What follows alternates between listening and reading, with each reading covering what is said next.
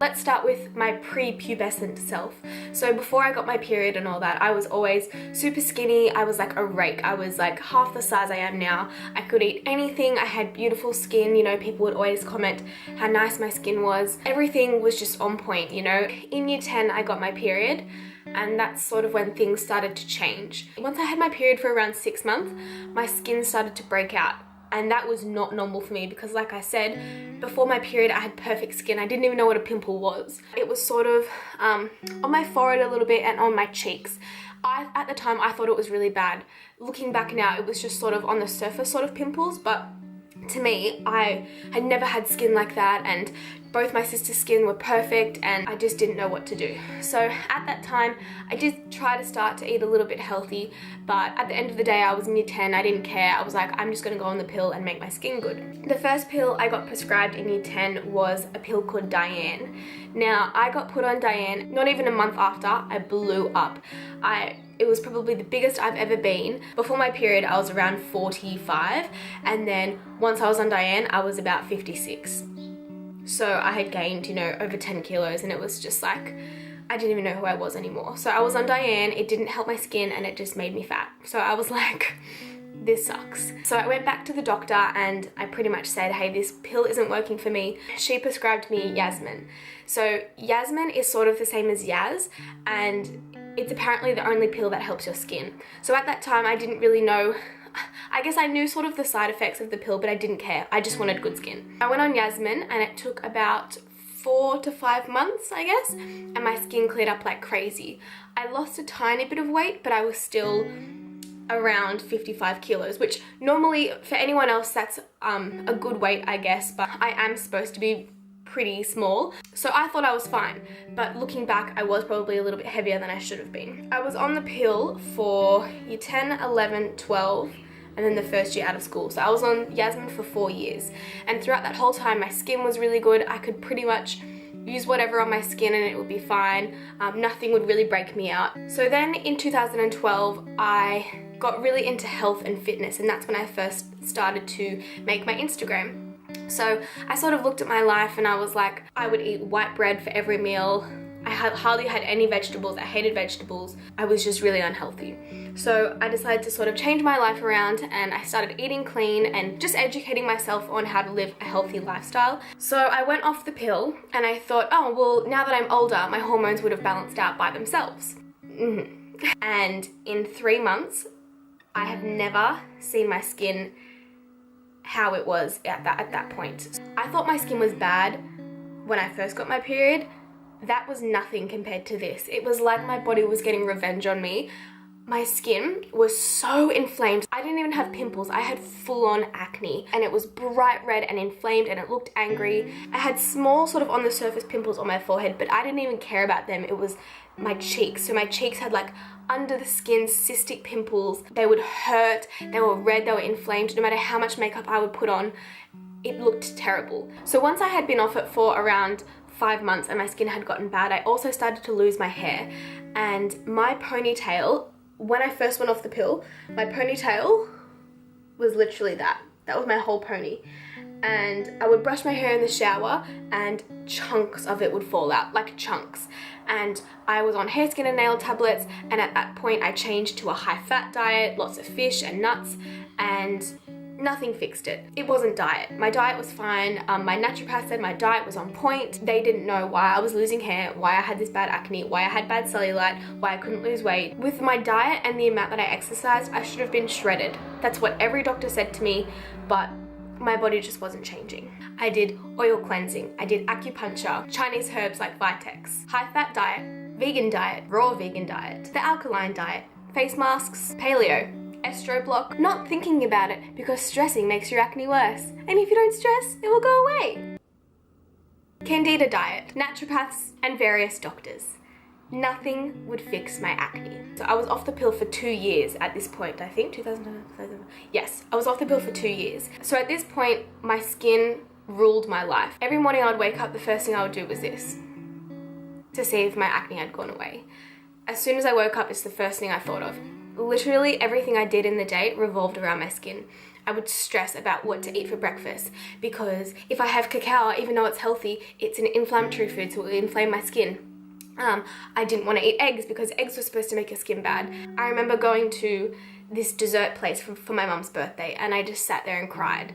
And I felt so bad because I ruined her birthday. Everything I would look at on the menu, I knew I had researched in some way it would break me out, and I just sat there crying and I didn't eat because I was so scared that something would break me out. And I didn't even really care that much about my body back then. I said I would rather be obese or whatever and have good skin, because there was nothing I could do that would make my skin good. And at the end of the day, I was actually pretty depressed. And you know, I would laugh with my friends and be like, oh, it's fine, like it's just my skin. But I don't think any of my friends had any idea how depressed I really was. The only people who knew the extent of my emotions and my acne was Mitch, my sisters, and my parents. Some days I wouldn't even want to go to work, and driving to work I would just cry. I'd be crying on the way to work, and then I would have to sit in the car and reapply my makeup and go into work and pretend I was fine. I didn't wear lipstick because I thought that would draw attention to my face, and I didn't want anyone looking at my face. I love wearing my hair slick, and for a whole year I pretty much didn't wear my hair slick because I didn't want to expose all of my face.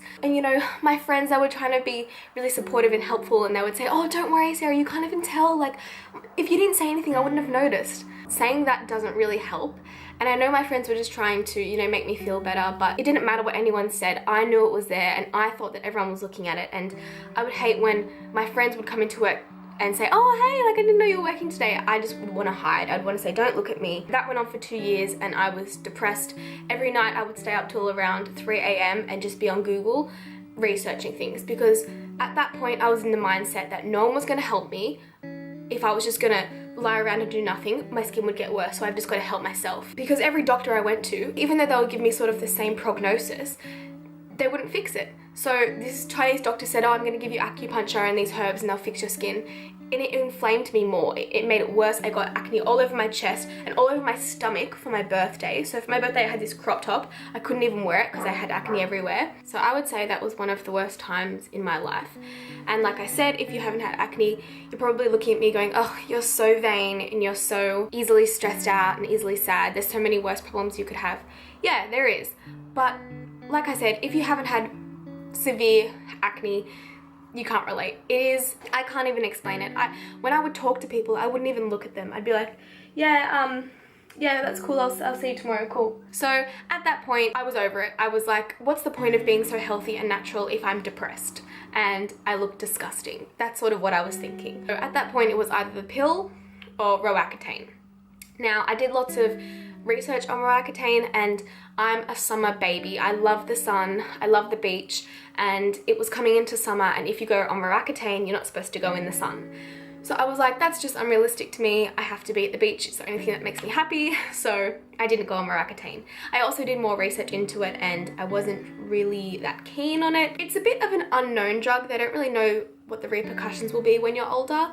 So anyway, the research I did on it, I didn't really like it, but heaps of my friends had been on it, and I understand why people go on it. I was over it. I went back on the pill. I went back on Yasmin. It took a little bit longer to fix my skin because it was so severe and it was so inflamed. But it took around 4 to 5 months for me to see an improvement. So once I'd been on it for 5 months, my skin was clear and beautiful again. So I was on the pill for a year. Didn't have any bad side effects. My period got to become regular again. So this was in 2014, so this is quite recently. My doctor at that time sort of knew who I was and what I was about, and you know, she knew about my Instagram, and she was just like, why are you doing this? This is against everything you believe in. You know, you're this natural, holistic person and you're on the pill. Like, that's a bit hypocritical. And I was like, yes, I know, but I'm depressed. Like, whatever, I'd rather be happy.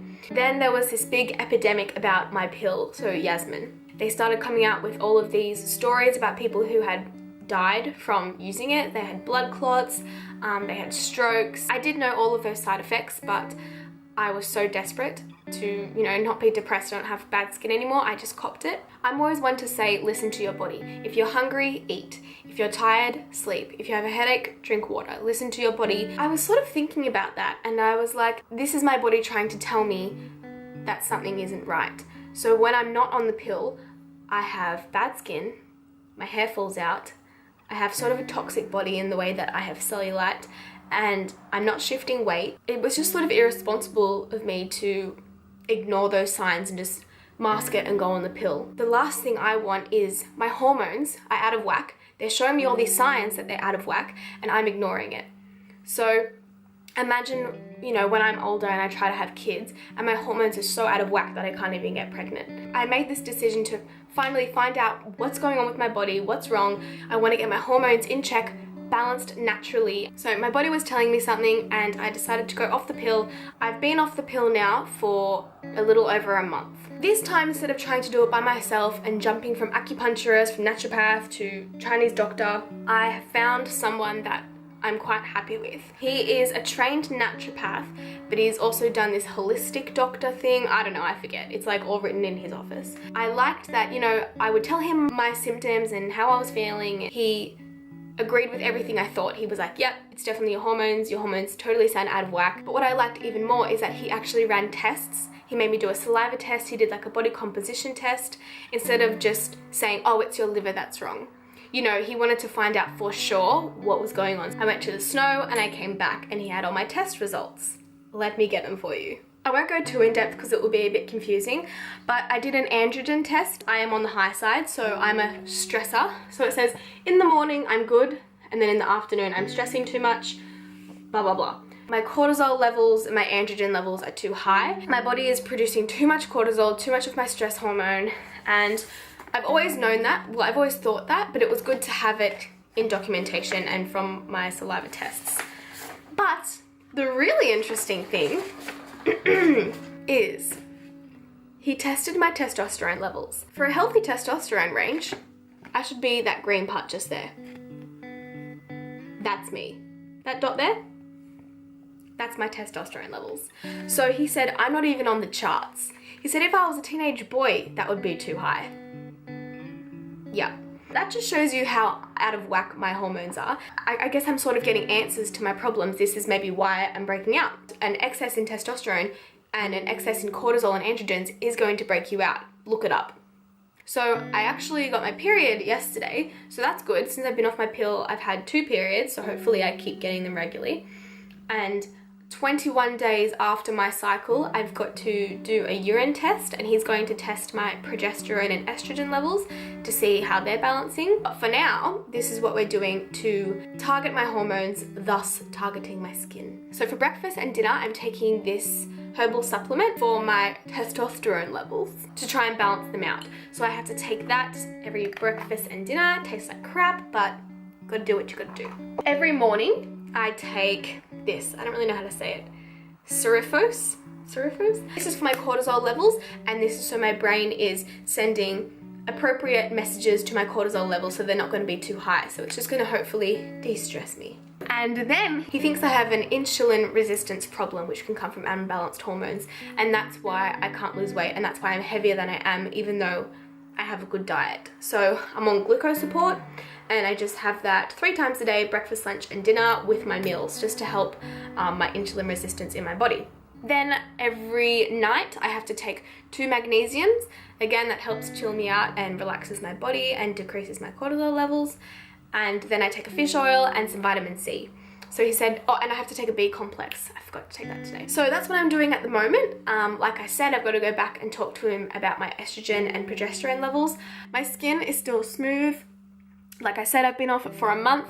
My hair is thinned a tiny bit, but that's fine. As you guys know, I try to make my channel as real and candid as possible. I don't pretend to be this perfect, healthy, fit girl.